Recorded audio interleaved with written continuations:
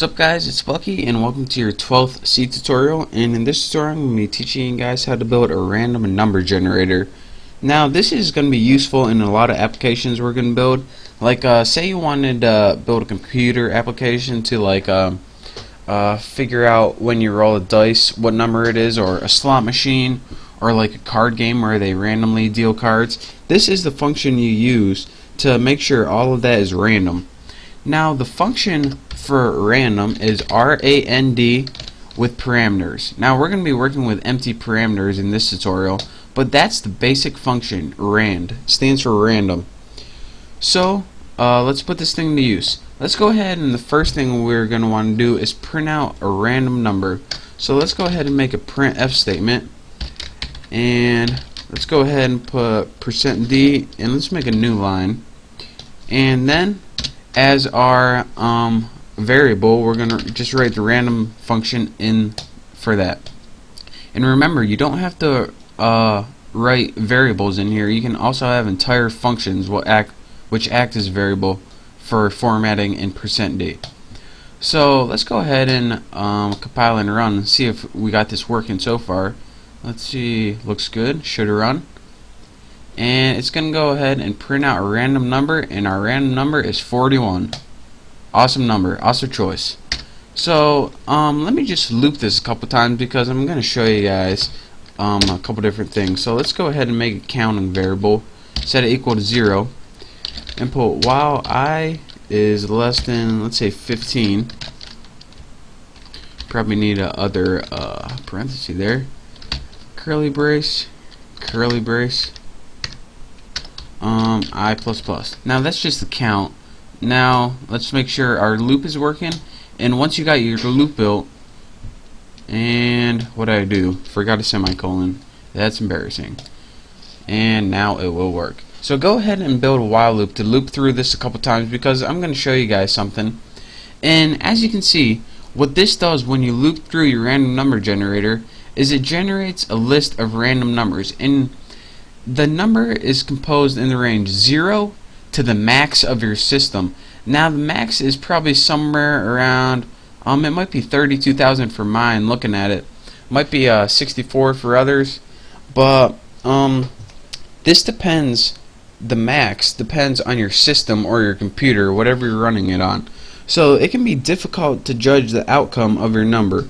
So in many cases, especially with like a dice where it only has 6 sides, or a slot machine where it only has so many choices, or cards where there's only 52 cards in the deck, you want to limit these choices of random numbers that it can output.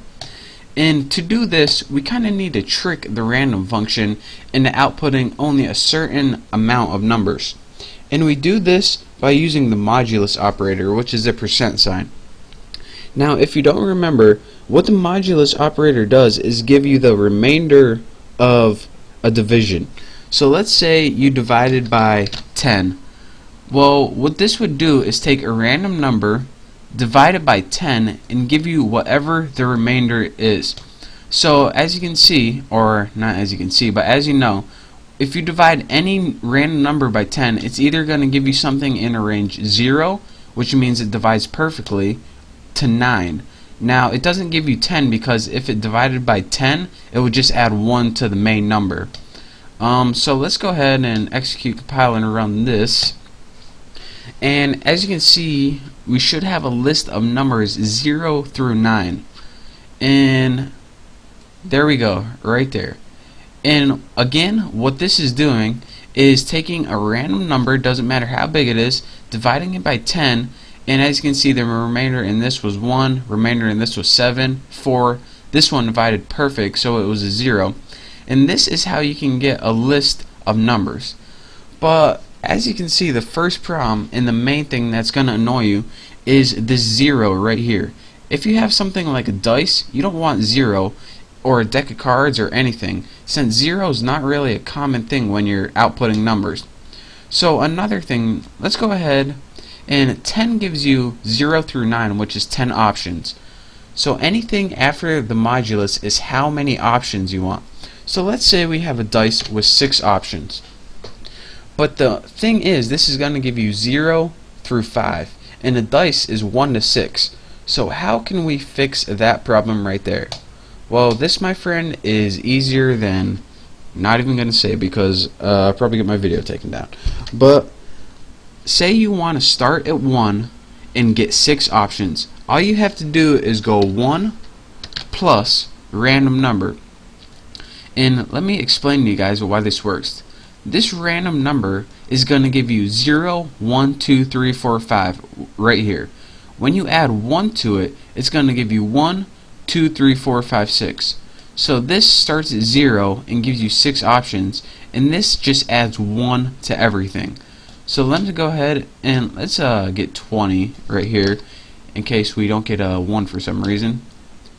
Let's go ahead and compile and run this, and we should get a list of numbers 1 to 6. Come on baby, work. Booyah, that's what I'm talking about. And as you can see, that is how you use the random function to output whatever numbers you want. And as you can see, you don't only have to add 1 to this, you can do a bunch of different math operators, but this is a really simple way to use the random function.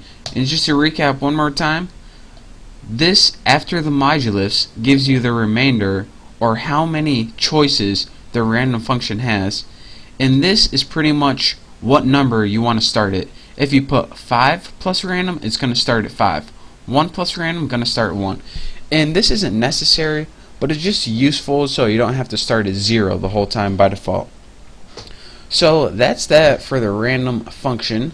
Thank you guys for watching. Make sure to check out my next tutorial and all my contests. So again, don't forget to subscribe. Thanks for watching, and I'll see you guys next time.